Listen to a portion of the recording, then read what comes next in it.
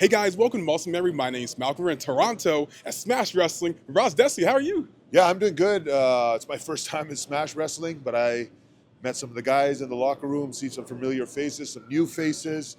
Found out who I'm working today. Really excited. So yeah, all in all, good.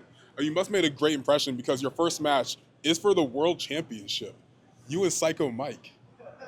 Uh, Possible card subject to change, Oh, but okay. you got to tune in to watch. Oh, okay. But it's gonna be better. But do you have your eyes on that belt eventually? Yeah, definitely. I got Okay. my eye on every championship. Right now, I have the AAA Tag Team Champions championship with Satnam Singh, Yeah. Black Label Pro, and the Stu Hart Heritage Heavyweight Championship from Dungeon Wrestling, Bret Hart's promotion. Oh man, you're like, suitcase must be heavy with all them belts you have now. Yeah. Jesus Christ. Is there like a certain belt you're going after now? It's kind of just wherever you can go, show up, win their top title. Yeah, wherever I can go. Yeah, all championships. Yeah. Any promotion that I go at, I'm looking at the champion because, Absolutely. that's chances are one of their best guys and upcoming guy usually. Yeah. Certainly. And you already said that you're a tag team champion in AAA with Satnam Singh. I mean, that was like really cool seeing like you guys actually win those championships. What did it mean to you to win that title with him?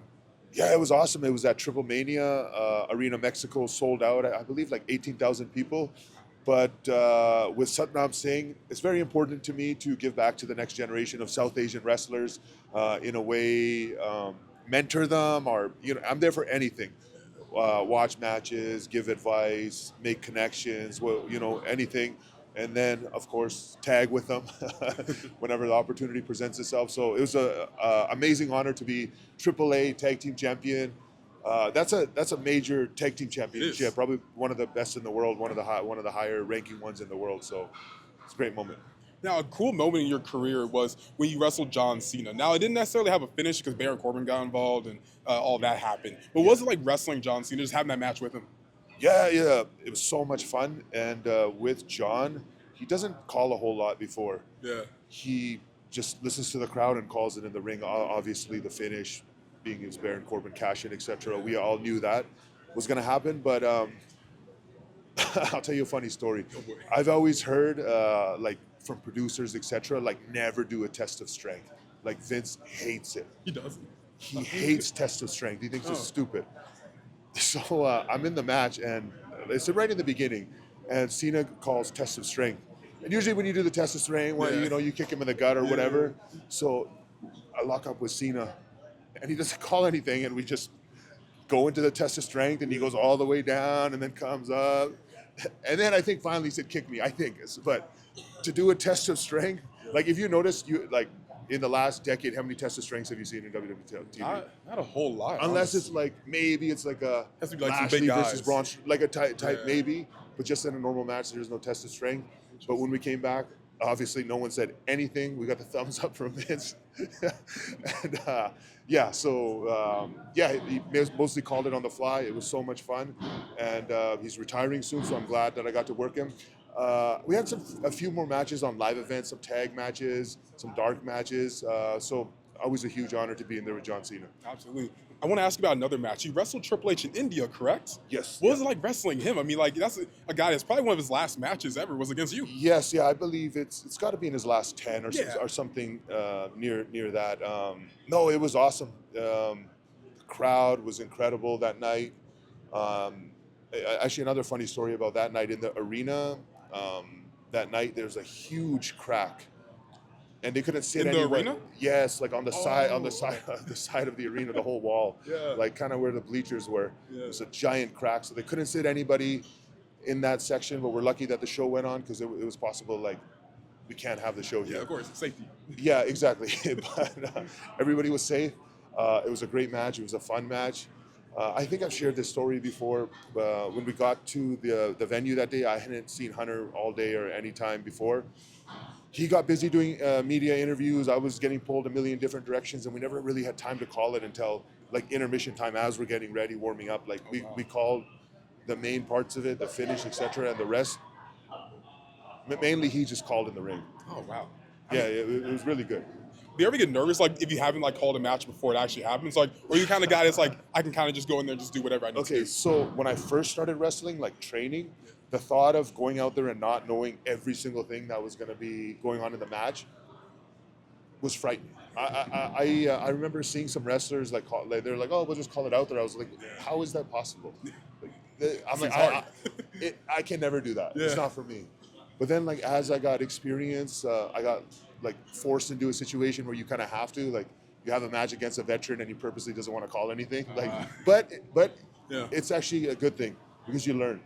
And then also when I was in FCW, we would have a lot of like on the fly matches. We would be in the big room, and Dr. Tom Pritchard or Steve Kern would just call two wrestlers, go in there 6 minutes. You're a heel, you're a babyface up. So I got a lot of experience just wrestling on the fly, and actually now I prefer it. Like if I have a lot to remember, I get nervous. But if it's just one of those situations, like let's just call it in the ring, let me listen to the crowd, much less stressful.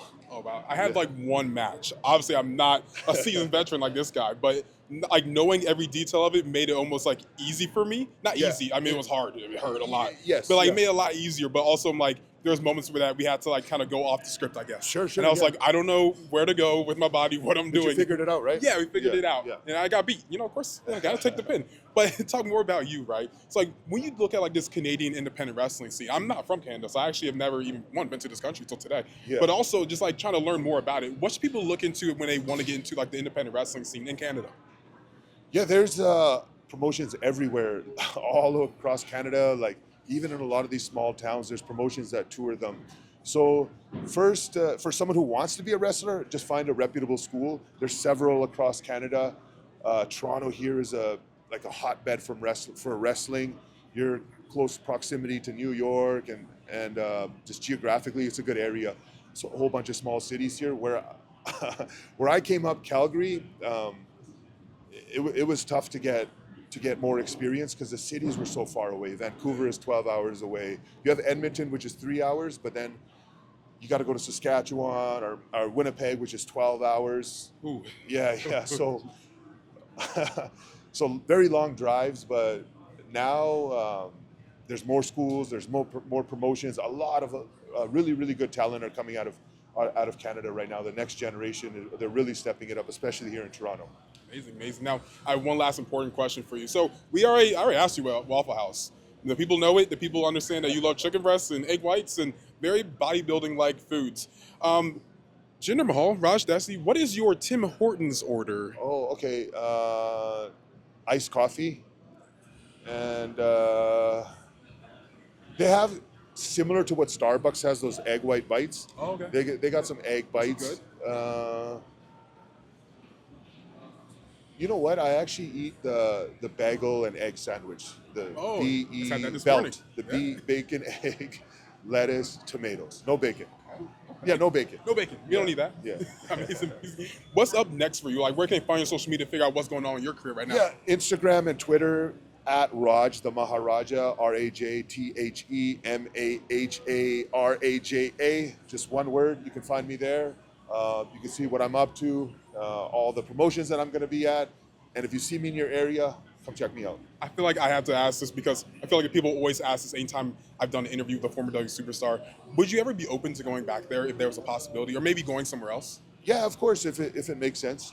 Of course, if creative, business-wise, there has to be enough zeros on a piece of paper for me to sign it. A whole lot of them. But I'm just having fun. I've been very blessed in my career. I had a long career, and I invested most of my earnings throughout my year. I became financially literate. I studied money, learned compound interest and how to invest, S&P 500, rental properties. So I just kind of do what I want and have fun. But again, if it makes sense business-wise or something interests me creative-wise, definitely. I'm a huge fan. I'm looking forward to the next step of your career and everything else you have going on. Thank you so much for this interview. Thank you. Greatly appreciate it. Guys, my name is Malcolm. This is Muscle Memory, and we're out. We going up like 1,000. I'm a flex just like a muscle man Malcolm. We going up like 1,000. I'm a flex just like a muscle man Malcolm. When it just like 1, 2, 3. If you like the channel, this will squeeze. If you like the channel, this will squeeze. If you like the channel, this will squeeze.